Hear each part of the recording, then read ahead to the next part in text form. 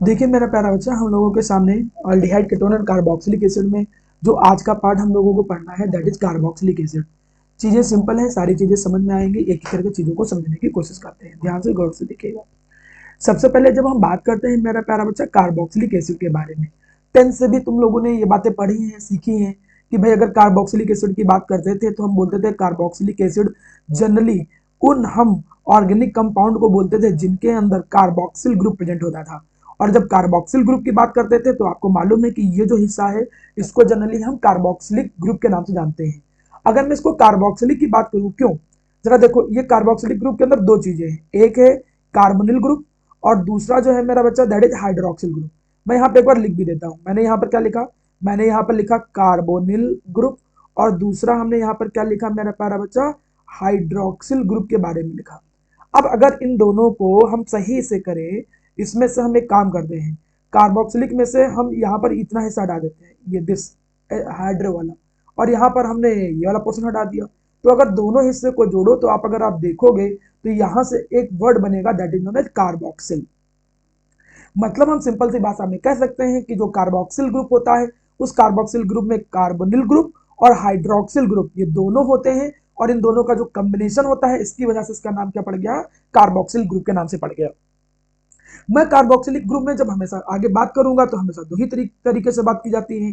पहला एक आता है नेमिंग, जो सबसे पहला पार्ट हमेशा पढ़ा है हम लोगों ने ऑर्गेनिक कंपाउंड में, दैट इज नेमिंग।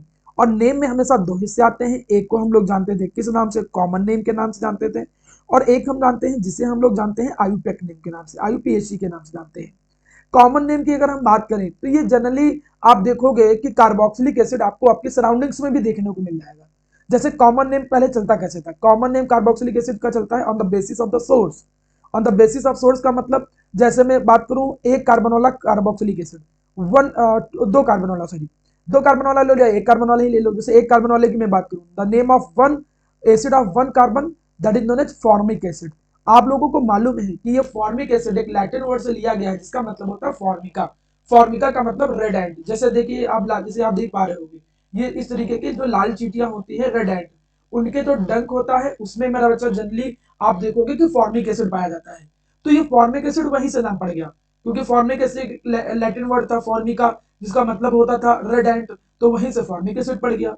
अगले एसिड की हम बात करें CH3COH, CH3COH जो होता है उसको हम क्या कहते हैं, that is known as acetic acid. आप लोगों को ये भी मालूम है कि एस्टिक एसिड जो है वो एक वर्ड से लिया गया जिसका नाम है एसिटम, और एसिटम लैटिन वर्ड में इसका मतलब क्या होता है, विनेगर। तो विनेगर तो आप अपने घरों में भी जनरली हाउस होल्ड में भी देखते हो। तो ये जो विनेगर होता है इसमें आपको एस्टिक एसिड मिल जाएगा, रेड एंट में आपको फॉर्मिक एसिड मिल जाएगा। वैसे ही मान के चलिए मैं कुछ एग्जांपल ले लेता हूँ, example of four carbon of acid.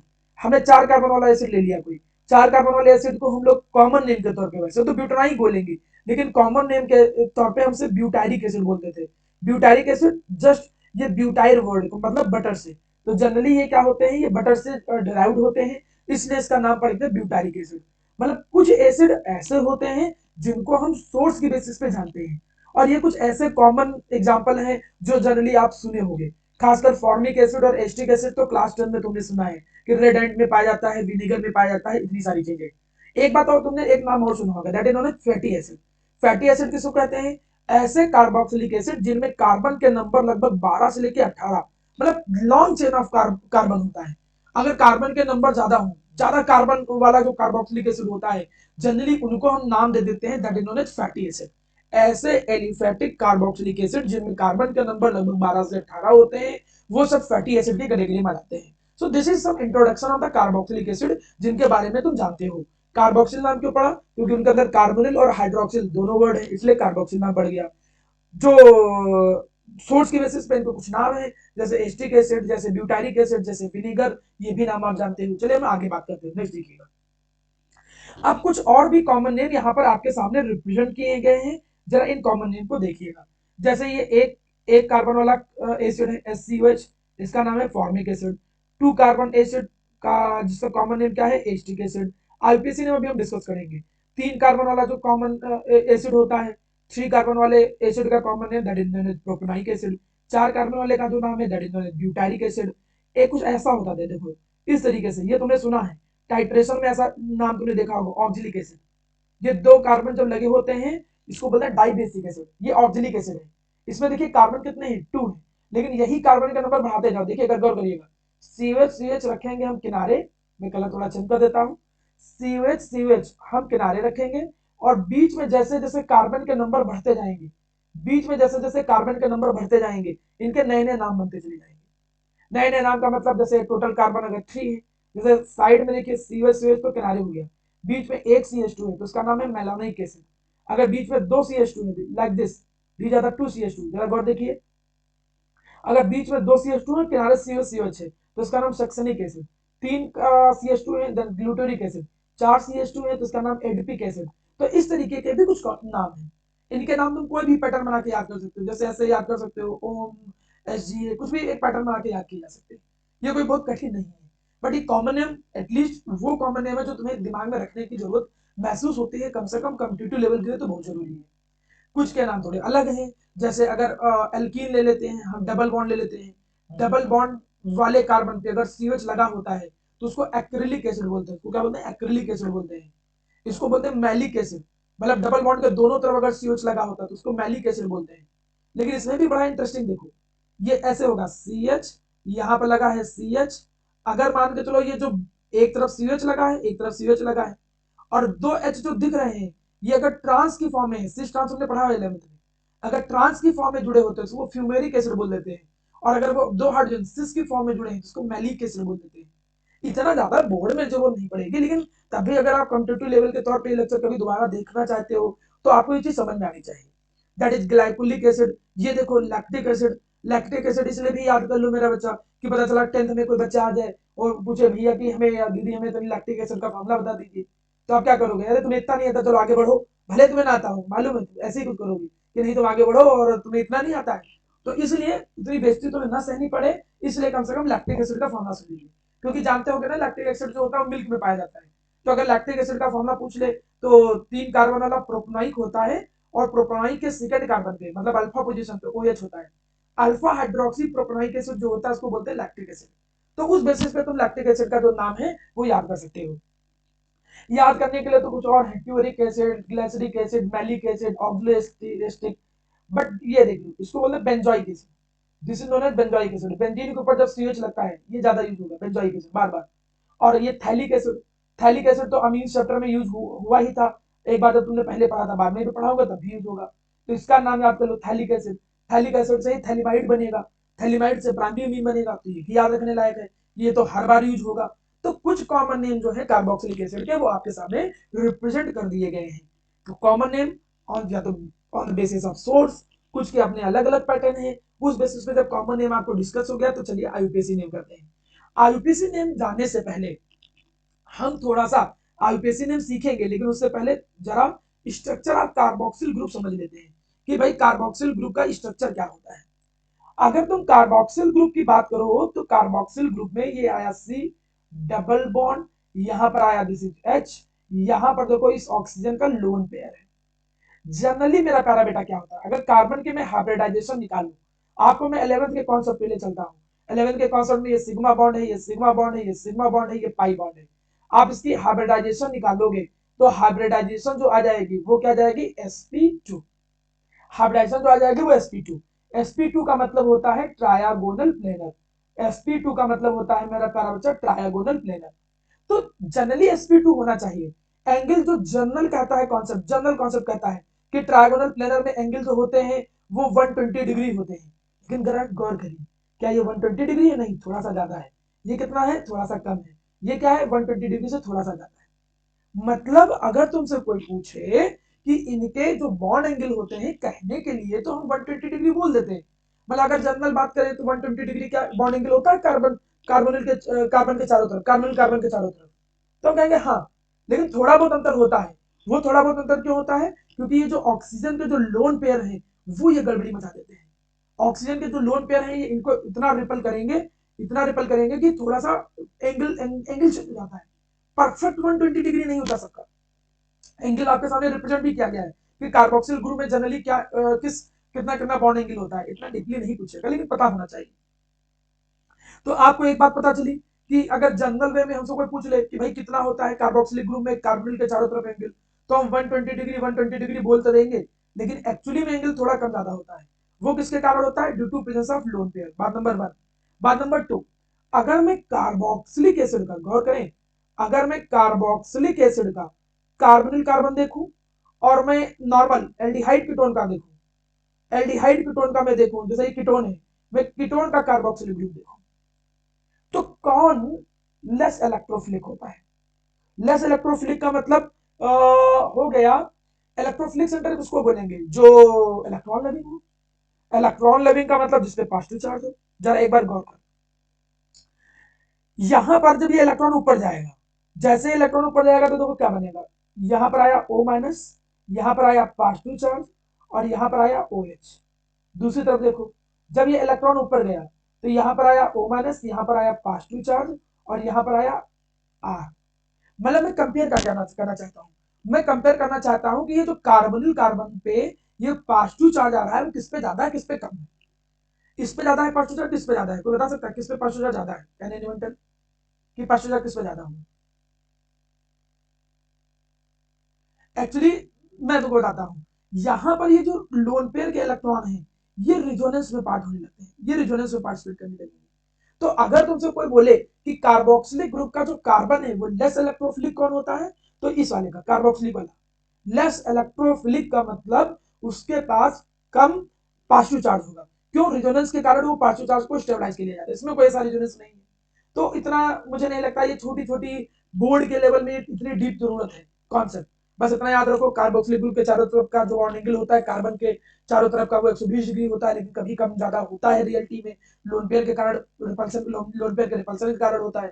Carbon अगर दोनों देखे जाए, कार्बोक्सिलिक ग्रुप का कार्बोनिल कार्बन और एल्डिहाइड कीटोन का कार्बोनिल कार्बन, देखा जाए कि किस कार्बन पे पॉजिटिव चार्ज ज्यादा होगा, तो एल्डिहाइड कीटोन वाले में, क्योंकि इसके पॉजिटिव चार्ज को रेजोनेंस के थ्रू स्टेबलाइज कर लिया जाता है। ये सब बातें आपको उतनी रिक्वायरमेंट नहीं पड़ेगी बोर्ड लेवल पे। नाउ अब हम आते हैं किस हिस्से पे? आईपीएससी के हिस्से पे। आईपीएससी के क्वेश्चन करके ही प्रैक्टिस किया जा सकता है। चलिए मैं एक एक करके क्वेश्चन प्रैक्टिस कराता हूँ। पहला वाला देखिए, पहले वाले में पीएच जो है, पीएच का मतलब क्या होता है? बेंजीन। आपको मालूम है पीएच का मतलब बेंजीन, जब सब्सटेंट का काम करता है। ये थोड़ा सा गलत लिखा हुआ है, that that will be the CH2। तो यहाँ पर आ जाएगा CH2, फिर आ जाएगा CH2, फिर आ जाएगा CH। आपको पढ़ाया गया था, क्या पढ़ाया गया था? कि अगर रिंग के ऊपर कोई भी चीज लगी है, उसमें कार्बन के नंबर चाहे जितने हो, दो हो, एक हो, लेकिन अगर कोई फंक्शनल ग्रुप है तो वो मेन चेन जाएगा, पेरेंट चेन, और उसमें नंबरिंग किधर से होगी? फंक्शनल ग्रुप की तरफ से। तो 3 पे क्या लगा है? Benzene as a substituent. और बेंजीन एज अ सब्सटेंट जब लगता है तो उसको बोलते क्या है? 3 फिनाइल। कितने कार्बन है पेरेंट चेन के अंदर? प्रॉप। बीच में क्या है? Single bond. और 1 पे क्या जाएगा? Oic acid. तो नाम आ जाएगा 3 फिनाइल प्रोपेनोइक एसिड। अगले पे आ जाइए, सेकंड नंबर पे आ जाइए। सेकंड नंबर वाला का नाम देखिए, सेकंड नंबर वाले का नाम हमने जब देखा तो ये क्या है? कार्बन। इसमें दो CH3 लगे हैं, 1 CH3 हियर, 1 CH3 बिलो बना देता हूँ। बगल में आया दो डबल बॉन्ड, फिर यहाँ पर आया CH, यहाँ पर आ गया CH। वही चीज लॉन्गेस्ट पैरेंट चेन बनाओगे, लॉन्गेस्ट पैरेंट चेन बना लिया। फंक्शनल ग्रुप का कार्बन पैरेंट चेन में इंक्लूड होता है। नंबरिंग उधर से करोगे तो उधर से फंक्शनल ग्रुप है। नाम लिखोगे, 3 पे क्या लगा है? Methyl as a substituent. तो नाम आ जाएगा 3 मिथाइल।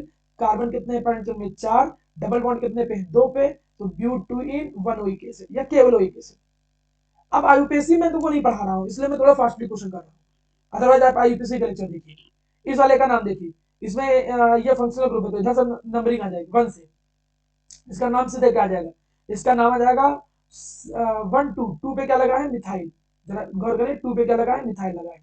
तो 2 पे मिथाइल लगा है तो नाम क्या आ जाएगा? 2 मिथाइल। 2 मिथाइल। कंपाउंड क्या है? साइक्लिक, इसलिए कौन सा वर्ड आ जाएगा? साइक्लो। कितने कार्बन साइक्लिक वाले के अंदर? 5। तो वो भी सिंगल बॉन्ड वाले, तो साइक्लोपेंटेन। एन का ई हटके क्या आ जाएगा? Oic acid. 1 ओइक एसिड या नॉर्मल ओइक एसिड। अगले पे नाम, अगले नाम पे गौर करें जरा। अगला नाम देखिए, इसमें मेन कौन है? इसमें ही ये, this is the main one. ये इतना हिस्सा जो है वो बेंजोइक एसिड है। ये 1 कार्बन है, ये 2 है, ये 3 है, ये 4 है। लेकिन नंबरिंग नीचे से नहीं करेंगे। क्यों? क्योंकि 2 के बाद अगला देखो दूर पे आ रहा है, तो उल्टा नंबरिंग करेंगे। ये बढ़िया चीज है। अब ये सब चीज तुरंत समझाने लायक नहीं है, ये सब चीज आप, ये तो मैं प्रैक्टिस समझो करा रहा हूँ आईपीसी की, इतनी आईपीसी सिखाया गया है। अगर नंबरिंग के अप्रोच से देखा जाए, तो अगर हम, क्योंकि ये तो फंक्शनल ग्रुप है, सिलेक्ट प्रायोरिटी 1 देंगे। अब नीचे की तरफ जाए कि उधर जाए, तो उधर जल्दी जल्दी दो सब्सटेंट आ जाएंगे, इधर सब्सटेंट एक ही आएगा, अगला देर में आएगा। तो नंबरिंग इधर करेंगे 1 2 3। अगला तो दोनों तरफ से 2 पे आ रहा था, फिर उसके अगला देखेंगे किधर से जल्दी आएगा। तो 1 2 3 4 5 6। अब कहाँ कहाँ पे लगा है? 2 पे, 4 पे और 6 पे। तो नाम क्या आ जाएगा? 2 4 6 tri nitro tri nitro benzoic acid, tri nitro benzoic acid. अभी खाली बेंजीन के ऊपर जब CH लगा था तो उसका नाम आपने पढ़ा था, बेंजोइक एसिड।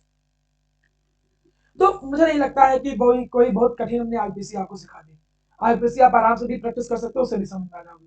नाउ ऑब्जर्व के लिए क्वेश्चन नंबर 2, स्ट्रक्चर निकालना है तुम्हें इसका, हेक्सेन 1,6 डाइओइक एसिड। देखिए इसका स्ट्रक्चर देखो आएगा कैसे, मैं बताता हूँ।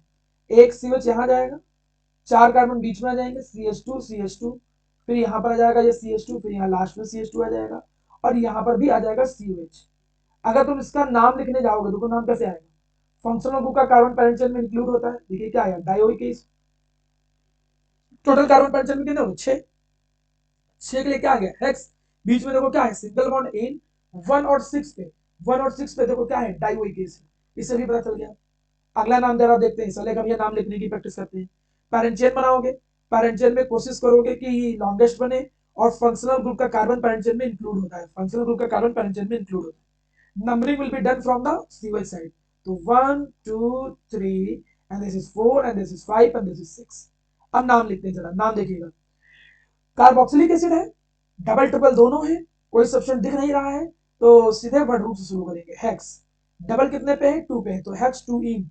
इन को आइन से जोड़ते हैं तो इन का ई हट जाता है, रूल पढ़ाया गया था यूपीसी में। 4 आइन, आइन के बाद फंक्शनल ग्रुप कितने पे है, 1 पे, तो इसका सफिक्स तो क्या आता है, 1 ओइक एसिड। तो this is the name of compound, hex 2 इन 4 आइन 1 ओइक एसिड। मैंने काम भर के क्वेश्चन 5 6 7 8 करा दिए कार्बोक्सिलिक एसिड के। हर जगह पे मैंने आपको आईपीसी कराया है, तो कोई बहुत कठिन कॉम्प्लिकेटेड चीज नहीं है, समझने लायक है, सब कुछ आसान सी चीजें हैं। चलिए चलते हैं अब हम लोग प्रिपरेशन पे, प्रिपरेशन के बारे में डिस्कस करता हूँ। सबसे पहला मेरे सामने मेरा प्यारा बच्चा जो प्रिपरेशन है, 5 6 प्रिपरेशन है, देख लीजिए। तो आज हमारा जो टॉपिक है वो इंट्रो एंड प्रिपरेशन ही है। पहला जो प्रिपरेशन है that is primary alcohol and aldehyde से। आपने फ्लोचार्ट पढ़ा होगा, याद करिए। अल्कोहल का जब ऑक्सीडेशन करते थे तो एल्डिहाइड एंड कीटोन बनता था, आपको मालूम होगा। एल्डिहाइड एंड कीटोन का जब ऑक्सीडेशन करते थे तो कार्बोक्सिलिक एसिड बनता था। आपको ये भी मालूम है अल्कोहल से डायरेक्ट एसिड बनाना है तो स्ट्रॉन्ग डालनी पड़ जाएंगे, केमनोफोर। जैसे अगर तुम्हें अल्कोहल से डायरेक्ट बनाना है कार्बोक्सिलिक एसिड तो तुम स्ट्रॉन्ग यूज करने पड़ेंगे। स्ट्रॉन्ग का मतलब जैसे तुम्हें यूज करना पड़ेगा केमनोफोर, जैसे तुम्हें यूज करना पड़ सकता है K2Cr2O7, K2Cr2O7, या फिर तुम्हें यूज करना पड़ सकता है क्रोमिक ऑक्साइड।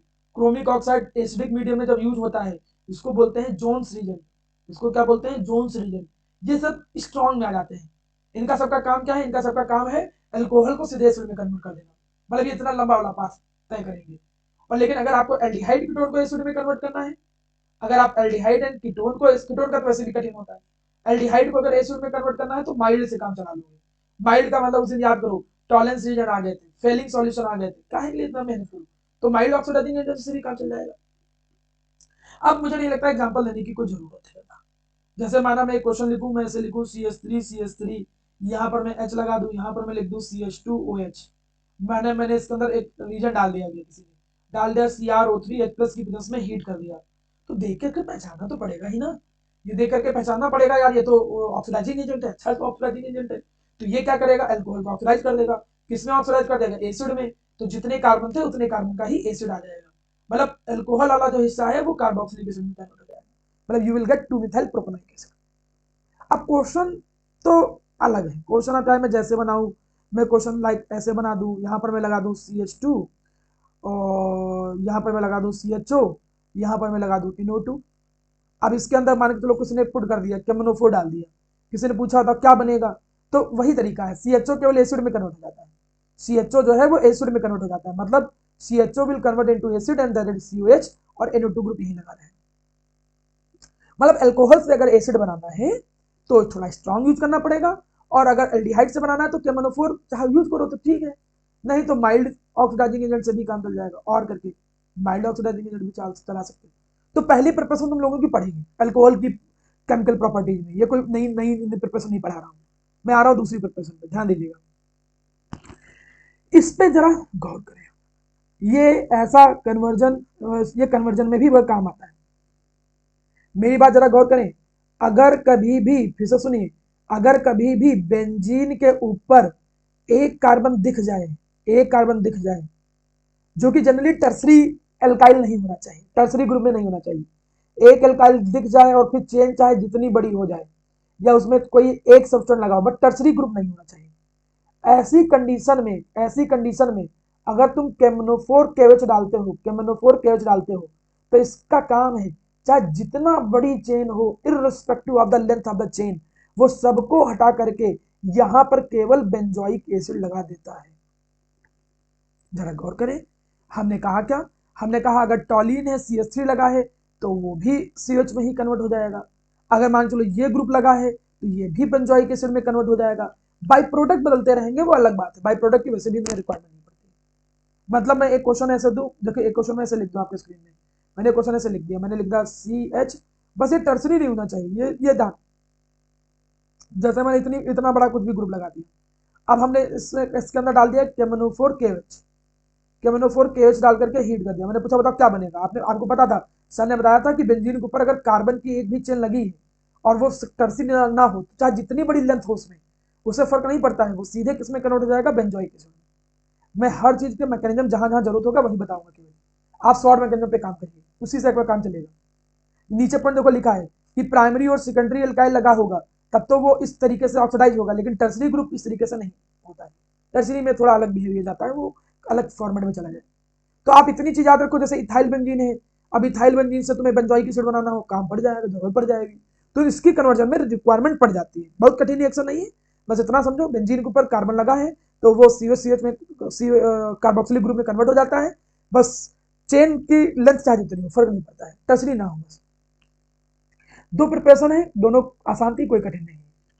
अगली प्रिपरेशन देखो, नाइट्राइल एंड अमाइड, इसका भी मैं कॉन्सेप्ट बता देता हूं। देखो अगर, फिर ध्यान दीजिए, इस पे इंपॉर्टेंट लगा लो, ये जब अमीन चैप्टर में आओगे तो तुम्हें काम आएगा। अगर तुम्हारे सामने नाइट्राइल होता है और नाइट्राइल की तुम क्या करते हो? हाइड्रोलिसिस करते हो। हाइड्रोलिसिस का मतलब होता है पानी के साथ रिएक्शन कराना, वाटर के साथ रिएक्शन कराना। इट मे बी एसिडिक ले लो, चाहे मे बी बेसिक मीडियम में ले लो, फर्क नहीं पड़ता है, किसी मीडियम में ले लो। वो याद रखना कि CN वाला जो हिस्सा है वो सीधे कार्बोक्सिलिक ग्रुप में कन्वर्ट हो जाता है। लेकिन अगर इसी साइनाइड में हाइड्रोलिसिस थोड़ी कराई जाए, हल्की फुल्की कराई जाए, और हल्की फुल्की को तो मेंशन तो कर ही नहीं सकते हो, इसलिए वो लिख करके बताना पड़ेगा एग्जाम में। अगर वो एग्जाम में अगर वो ऐसे लिख के दे पार्शियल हाइड्रोलिसिस, तो वो स्टेप बीच में रुक जाता है। बीच का मतलब वो अमाइड बनाता है, मतलब पहले अमाइड बनता है फिर एसिड बनता है, पहले अमाइड बनता है फिर एसिड बनता है। लेकिन नॉर्मल हाइड्रोलिसिस लिखा हो या केवल हाइड्रोलिसिस से लिखा हो तो एसिड ही बनेगा, और अगर अमाइड बनाना है तो बीच में ये दिखाना पड़ेगा उसको। ये काम की रिएक्शन है, ये कन्वर्जन में बहुत काम आती है, इसलिए इसको याद रखना। जैसे मान के चलो कि तुमने कोई कन्वर्जन किया, तुम्हें लिखा है इथेन, तुम्हें इथेन टू करना है प्रोपेनॉइक एसिड, एक नॉर्मल कन्वर्जन करना है, इथेन टू प्रोपेनॉइक एसिड। अब आपको मालूम है कि कार्बन बढ़ाए कैसे जाते हैं, how the carbon are increase, carbon बढ़ाए जाते हैं CN को ला करके। CN देखो कैसे आएगा, जैसे इथेन है, अब इथेन में CN कैसे आएगा, जरा गौर करिए। CN में लाने के लिए पहले एल्काइल हैलाइड लाना पड़ेगा, एल्काइल हैलाइड के लिए आप Cl2 अल्ट्रावायलेट डाल दोगे। ये धीरे धीरे मैं लास्ट में सिखाऊंगा कन्वर्जन कैसे किए जाते हैं। तो इसमें क्लोरोइथाइल बन जाएगा। अब इसमें एक्वस के CN डाल दोगे, जैसे एक्वस के CN डाल दोगे तो Cl हट के CN आ जाएगा, ये तो रिप्लेसमेंट पढ़ा होगा। अब यहाँ पर जब CN आ गया देखो, तो इसके बाद अब आपने हाइड्रोलिसिस करा दिया। जैसे हाइड्रोलिसिस कराया तो आपने मैंने बताया है, क्या बताया है कि CN COH में कन्वर्ट हो जाता है, देखो बन गया प्रोपेनॉइक एसिड। मतलब ये CN का जो हाइड्रोलिसिस करके एसिड बनाना है, ये उन कन्वर्जनों में ज्यादा यूज होता है जहां पर एक कार्बन को बढ़ा करके एसिड बनाना होगा। और अमाइड से तो एसिड डायरेक्ट बन जाता है। अमाइड से एसिड तब बनता है मेरा प्यारा बच्चा, अमाइड से एसिड तब बनता है जब एक कम, मतलब बराबर कार्बन वाला, लगभग लगभग सेम कार्बन वाला तुम्हें एसिड बनाना होगा। जब सेम कार्बन वाला एसिड बनाना हो तो तुम्हें इसे प्रोसेस चलना होता है, ठीक है। तो ये मतलब नाइट्राइल की कंप्लीट हाइड्रोलिसिस करानी पड़ेगी और तो एसिड बनेगा, और अगर पार्शियल कराए तो एसिड अमाइड बनेगा। ये भी दिमाग में रखो रिएक्शन, जब कभी क्वेश्चन करा रहे होंगे तो ये काम में आएगा। तीन प्रिपरेशन, दो तीन तीन चार होगा चाहिए। Now on the Grignard reason, जरा ग्रिग्नार्ड रीजन की रिएक्शन देखो। ग्रिग्नार्ड रीजन ये कहता है कि अगर तुम्हारे सामने RMgX है, ग्रिग्नार्ड रीजन किसको कहते हैं? RMgX। अगर तुम इसकी रिएक्शन कराते हो CO2 के साथ, ऊपर रिएक्शन लिखी है बकायदा, मैं CO2 ऐसे बना दे रहा हूँ, जरा ऑब्जर्व करिए। मैंने CO2 को ऐसे बनाया, बॉन्ड को इस तरीके से बनाया, रिएक्शन का मैकेनिज्म भी दिखा दे रहा हूँ, देखो कैसे होता है। पहले इलेक्ट्रॉन ऊपर जाते हैं, इस पे आ जाएगा पॉजिटिव चार्ज, ग्रिग्नार्ड रीजन टूटेगा, कैसे टूटेगा? R- में MgX+ में टूटेगा। ये R माइनस इस कार्बोनिल कार्बन पे अटैक कर देगा। जब ये कार्बोनिल कार्बन पे अटैक करेगा तो यहाँ क्या जाएगा O minus double bond O, यहाँ पर R क्या आके जुड़ जाएगा और MgX बगल में जुड़ जाएगा, MgX प्लस बगल में जुड़ जाएगा। मतलब ये R माइनस यहाँ पर आके अटैक कर दिया, MgX प्लस बगल में जुड़ दिया। अगले स्टेप पे जब तुमने हाइड्रोलिसिस कराई, अगले स्टेप पे जब तुमने हाइड्रोलिसिस कराई थी, यहाँ आया C डबल बॉन्ड O, यहाँ आया R और यहाँ पर MgX हटा करके यहाँ H आ गया। मतलब अगर मैं इसको रीअरेंज करूं तो ये एक्चुअली में क्या है, RC डबल बॉन्ड OH, ये है वो एसिड ग्रुप, ये है वो कार्बोक्सिलिक एसिड। उम्मीद करता हूं समझ पा रहे हो, कोई बहुत कठिन या कोई कॉम्प्लिकेटेड या ऐसी चीज नहीं है, ये है कार्बोक्सिलिक। रिएक्शन ऐसी ही, RMgX से CO2 से रिएक्शन कराते हो तो पहले OMgX बनता है, फिर हाइड्रोलिसिस कराने पे एसिड बन जाता है। प्लस बाई प्रोडक्ट में देखो क्या है, बाई प्रोडक्ट में यहाँ पर बचा क्या था, MgX, और यहाँ पर जब वाटर वाटर का OH बचा था, यहाँ H लग गया, वाटर का OH बचा है, तो Mg एक तरफ OH और एक तरफ X। मैं तुमको हिंट दूं एक जरा, ये कुछ ऐसे कन्वर्जन में जरूरत पड़ जाता है, ये कुछ ऐसे कन्वर्जन में जरूरत पड़ जाता है जहां पर तुम्हें करना क्या होता है, एरोमेटिक, एरोमेटिक मैं बता देता हूं, दिस इज यूज्ड, मैं कॉन्सेप्ट बताता हूं, ये वहां पर यूज होगा जहां पर एरोमेटिक कन्वर्जन में, एरोमेटिक कन्वर्जन में, एरोमेटिक कन्वर्जन में वन कार्बन, एक कार्बन इंक्रीज करके, एक कार्बन इंक्रीज करके क्या बनाना हो, एसिड बनाना हो। मतलब वो हो एरोमेटिक कन्वर्जन लेकिन एक कार्बन इंक्रीज करके एसिड बनाना हो। जैसे इसमें टोटल कार्बन कितने, 6, the name of this is chlorobenzene, इसका नाम देखो क्या है, क्लोरोबेंजीन। और तुमसे कोई कहे कि क्लोरोबेंजीन से तुम किस में कन्वर्ट करो, बेंजोइक एसिड में कन्वर्ट करो, एरोमेटिक ही कन्वर्जन तो है लेकिन एक कार्बन बढ़ा करके एसिड बनाना, तब तुम्हें यह जरूरत पड़ेगा। ऐसा क्यों, क्योंकि हम सीएन नहीं ला सकते हैं भैया। अरे तुम ये पढ़े नहीं हो क्या, यहाँ देखो इस पे तुम सीएन नहीं ला सकते हो। क्यों सीएन नहीं ला सकते हो, क्योंकि न्यूक्लियोफिलिक सब्स्टिट्यूशन पॉसिबल नहीं है। ये थोड़ी कि सर पीछे वाले क्वेश्चन में देखो सीएन ले आए थे आपको, सर इसमें तो देखो आप सीएल हटा करके, सीएल हटा करके सीएन ले आए थे, सीएन ला करके हाइड्रोलिसिस करा तो बढ़ गया कार्बन, नहीं, हम ये नहीं कर सकते। अगर तुम ये सोच रहे हो कि हम एक्वस केसियन डाल दें और एक्वस केसियन डाल करके यहाँ पर सीधे बन तो गया सर सीएन, और सीएन की फिर हम हाइड्रोलिसिस करा दें, फिर बन गया बेंजोइक एसिड, नहीं, ऐसा नहीं काम कर सकते हो। क्यों ऐसा काम नहीं कर सकते हो, क्योंकि न्यूक्लियोफिलिक सब्स्टिट्यूशन पॉसिबल नहीं होता था। पहला चैप्टर देखो क्लोरोबेंजीन, डबल बॉन्ड की प्रॉपर्टी आ जाती थी, बॉन्ड लेंथ छोटा हो जाता था, फिनाइल केटायन बनता था। पहले चैप्टर में ये पूरा कॉन्सेप्ट सिखाया गया था कि न्यूक्लियोफिलिक सब्स्टिट्यूशन एराइल हैलाइड का पॉसिबल नहीं होता है, एराइल हैलाइड में न्यूक्लियोफिलिक सब्स्टिट्यूशन पॉसिबल नहीं होगा, मतलब यहाँ पर सी नहीं आएगा। तब ऐसी समस्याओं से बचने के लिए हम इस रिएक्शन की हेल्प लेते हैं। जैसे क्लोरोबेंजीन से तुम्हें बेंजोइक बनाना हो तो तुम वही करोगे, पहले इसकी रिएक्शन किसके साथ करा दोगे, मैग्नीशियम ईथर के साथ, तो ये बना देगा, इसको ग्रिगनार्ड में कन्वर्ट कर देगा। This will convert into Grignard, Grignard का मतलब यहाँ आ जाएगा MgCl। इसकी रिएक्शन अब करा दो किसके साथ, CO2 के साथ, CO2 के साथ करा दो, पहले स्टेप में करा दो CO2 के साथ, दूसरे स्टेप में उसकी हाइड्रोलिसिस करा दो, मतलब एसिड की प्रेजेंस डाल दो, हाइड्रोलिसिस करा दो। अब देखो क्या हुआ, आपको मालूम है कि ये ग्रिगनार्ड जो होगा वो टूटेगा कैसे, बेंजीन वाला दिस माइनस, और यहाँ पर क्या टूटेगा, MgCl प्लस में टूटेगा। अब ये टूटा, अब तुम देखो सर फिनाइल केटायन तो वहां था, यहाँ पे फिनाइल एनायन है, तो मतलब उसमें और भी फैक्टर थे जो उसको इम्पॉसिबल बना रहे थे, एक ही नहीं था, ये तो लोग कभी काम चल जाएगा। अब यहाँ पर ये आया, अब CO2 में क्या हुआ था, पहले इलेक्ट्रॉन ऊपर गए थे, O minus double bond O, ये यहाँ पर अटैक कर देगा, जब यहाँ पर अटैक कर देगा तो देखो क्या बना देगा, बेंजीन को उसके ऊपर जुड़ गया, यहाँ क्या आया C double bond O minus H plus उस पर लग गया हाइड्रोलिसिस का, तो अभी क्या बन गया, देखो ये बन गया उसके ऊपर एसिडिक ग्रुप आ गया, तो देखो ये एसिडिक ग्रुप आ गया। मतलब इस तरीके से उसके ऊपर कार्बोक्सिलिक ग्रुप आएगा। मतलब ये रिएक्शन तुम्हें तब हेल्प करती है जब एरोमेटिक कन्वर्जन में एक कार्बन बढ़ा के एसिड बनाना हो, तो ये चौथी प्रिपरेशन तुम्हें वहां पर बड़ी हेल्प करेगी।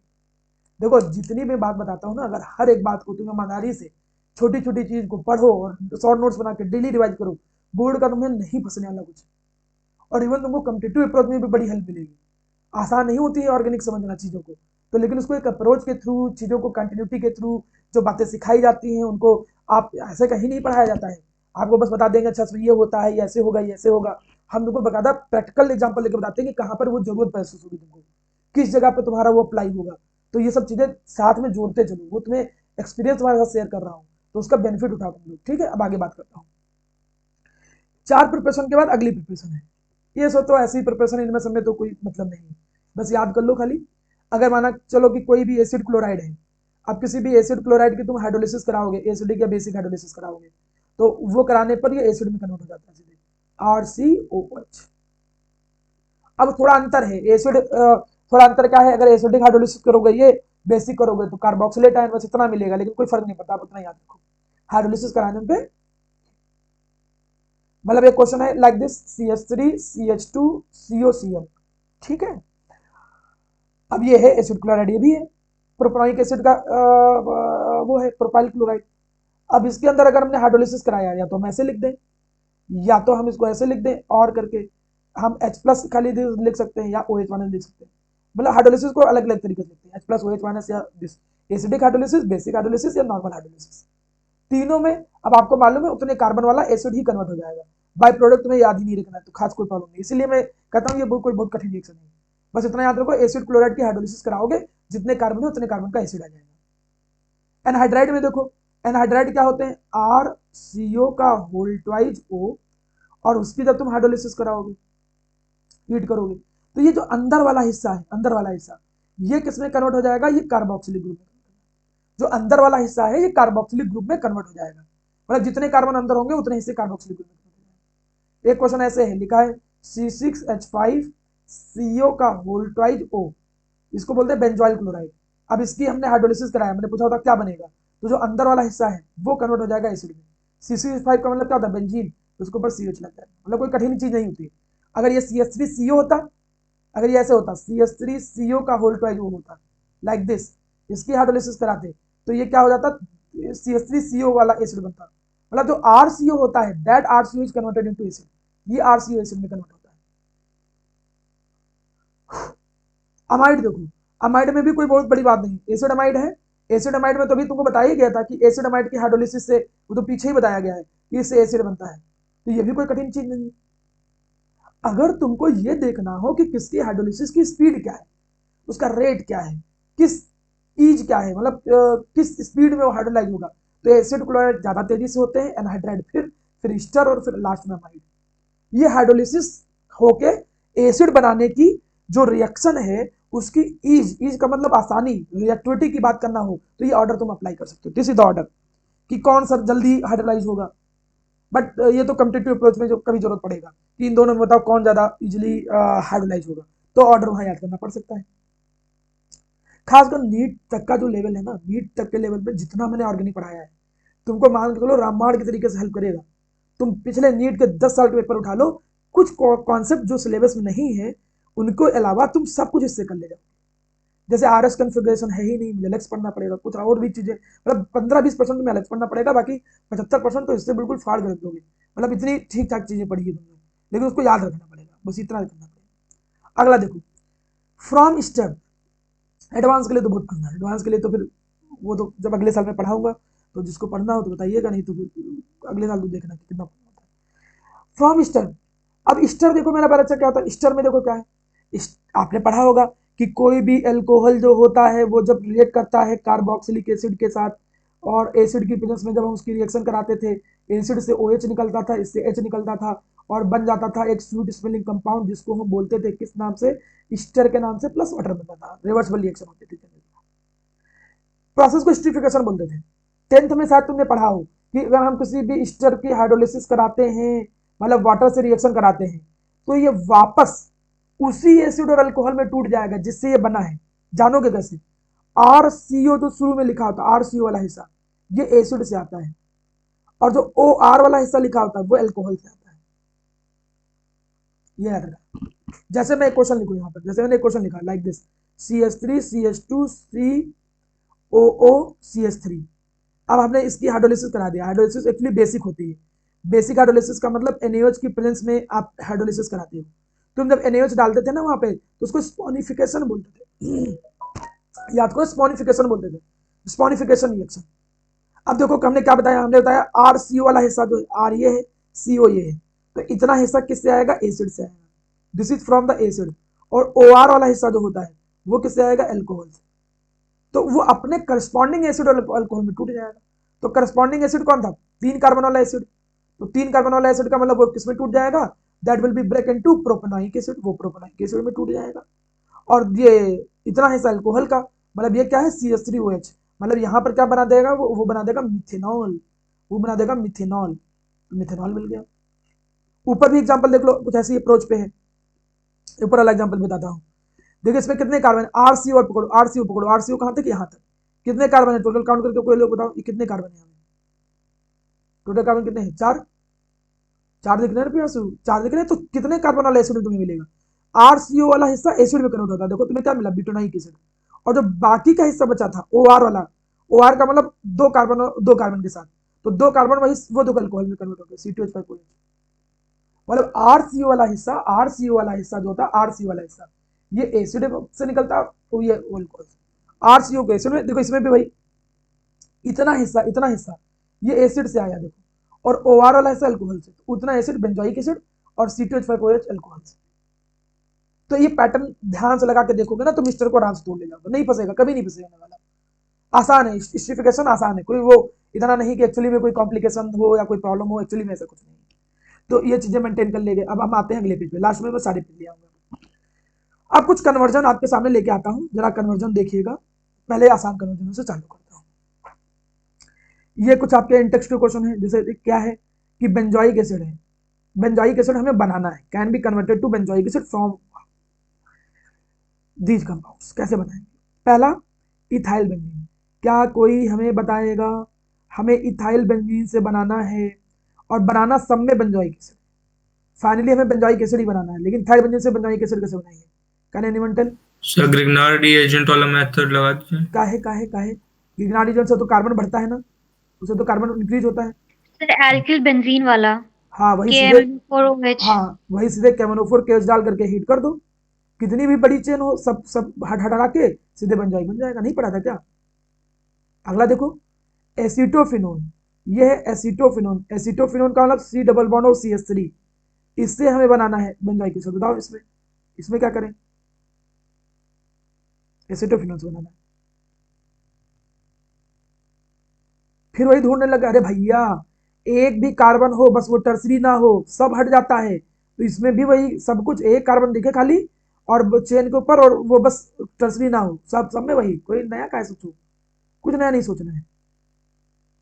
और कीटोन बना के लाते भी तो वही स्ट्रॉन्ग डालना ही पड़ता, ब्रोमोबेंजीन देखो।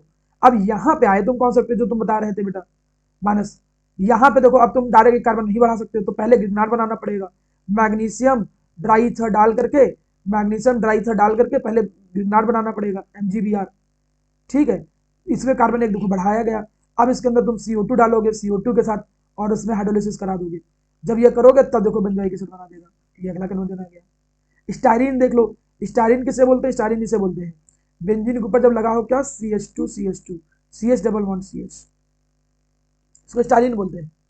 अब स्टाइरिन से तुम्हें बनाना हो तो इसमें भी वही सेम चीज, सेम अप्रोच में तुम्हें करना पड़ेगा, केमनोफोर केज डाल दो, नहीं डालना चाहते तो थोड़ा रिड्यूस करके, भाई बहुत ज्यादा मन करे H2 डाल करके पहले उसको इथाइल बेंजीन बना दो, भाई तुमको नहीं पसंद है भाई उससे बनाएंगे, तब केमनोफोर केज डाल दो, मतलब सब में केमनोफोर केज डाल करके कन्वर्जन था, उसमें कुछ था ही नहीं, बस एक खाली वही ग्रीन आर्जन बना के करना था।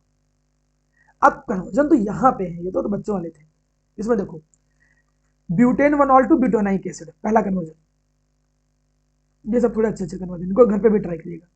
ब्यूटेन एनसीईआरटी के ही क्वेश्चन है, सॉल्व करिएगा। ब्यूटेनॉल, ब्यूटेनॉल से तुम्हें कन्वर्ट करना है ब्यूटेनाइक एसिड पर, बताओ जरा, ब्यूटेनॉल से ब्यूटेनाइक एसिड इधर सर बताओ। Jones Jones reagent. हाँ स्ट्रॉन्ग ऑक्सीडाइजिंग एजेंट डाल दोगे, केमनोफोर टू K2Cr2 तो एक स्टेप है कन्वर्जन करना पे, कलंक है क्वेश्चन। ठीक, दूसरा देखो, अगला देखो, benzyl alcohol to, this is the benzyl alcohol. Benzyl किसको बोलते हैं, जब बेंजीन के अगले कार्बन पे एक कार्बन लगा के OH लगाओ, क्योंकि डायरेक्ट OH लगाओ तो फिनॉल बोलते हैं, फिनॉल बोलते हैं, और ऐसे लगाओगे तो बेंजाइल अल्कोहल बोलते हैं। बेंजाइल अल्कोहल से तुम्हें कन्वर्ट करना है किसमें, फिनाइल इथेनॉइक एसिड, मतलब ये हो गया phenyl ethanoic acid, this is, ये भी कोई कठिन नहीं है यार, नहीं कठिन है थोड़ा सा, ये एक दोस्तों में करना पड़ेगा। इसमें एक कार्बन बढ़ाया गया ना, देखो देखो एक कार्बन बढ़ाया गया, इसको इसको फिनाइल इथेनॉइक क्यों बोलेंगे, इथेनॉइक का मतलब ये 2 कार्बन हो गए, और डेरिवेटिव यहाँ पर कौन है, फिनाइल, तो इसमें एक कार्बन बढ़ाया गया, ये कार्बन कैसे बढ़ता है, Cn ला करके, Cn हेलोजन पे आता है, तो पहले SOCl2 डाल दो, जो जिनका काम क्या होता था, ये अल्कोहल को हटा करके उसकी जगह पर क्या ले आते थे, Cl ले आते थे, और उसकी जगह पर तुम फिर क्या डाल दोगे कि एक्वस केसियन, एक्वस केसियन डालोगे, फिर यहाँ पर देखो क्या आ जाएगा, यहाँ पर आ जाएगा मेरा बच्चा सी हट के सी एन आ गया। और अब देखो हाइड्रोलिसिस कराओगे, जैसे हाइड्रोलिसिस कराओगे देखो आपके सामने अगला देखो ब्रोमोबेंजीन, यहां पर क्या था bromobenzene, this was the bromobenzene और 3 नाइट्रोब्रोमोबेंजीन, और इसे तुम्हें कन्वर्ट किस में करना है 3 नाइट्रोबेंजोइक एसिड, वही है मतलब ग्रिगनार्ड बना के करनी पड़ेगा, इसमें भी ग्रिगनार्ड बना के करना पड़ेगा क्योंकि एक कार्बन बढ़ा करके एसिड बनाया गया है, वो भी अल्काइल हैलाइड में, तो है तो वही चीज जो अभी क्वेश्चन पीछे वाले में किए थे क्लोरोबेंजीन से बेंजोनाइक बनाने वाला, पहले ग्रिगनार्ड रीजन डालकर एनजीबीआर बनाओगे, फिर CO2 पे अटैक करोगे, फिर हाइड्रोलिसिस कराओगे। तो क्वेश्चन उतने कठिन नहीं है, आपको क्वेश्चन करने तो पड़ेंगे ही पड़ेंगे, जितना क्वेश्चन प्रैक्टिस करोगे उतना चीजें तुम समझ पाओगे, वो चीजें तुम्हें उतना ही रिलेशन दिमाग में आएगा, लेकिन क्वेश्चन बेटा तुम्हें करना पड़ेगा। अब ये क्वेश्चन अपने आप ट्राई करिएगा, बाकी क्वेश्चन ट्राई करो, देखो कैसे कन्वर्जन किया गया, ना समझ में आए पूछे, लगभग कन्वर्जन आप लोगों को बता दिए गए हैं, समझ में आ गया होगा, और 2-3 बार देखोगे आपका कॉन्सेप्ट क्रिएट हो जाएगा, जो जो चीजें लिखवाई जाती है उनको नोट डाउन करने की जरूरत है। ठीक है, थैंक यू।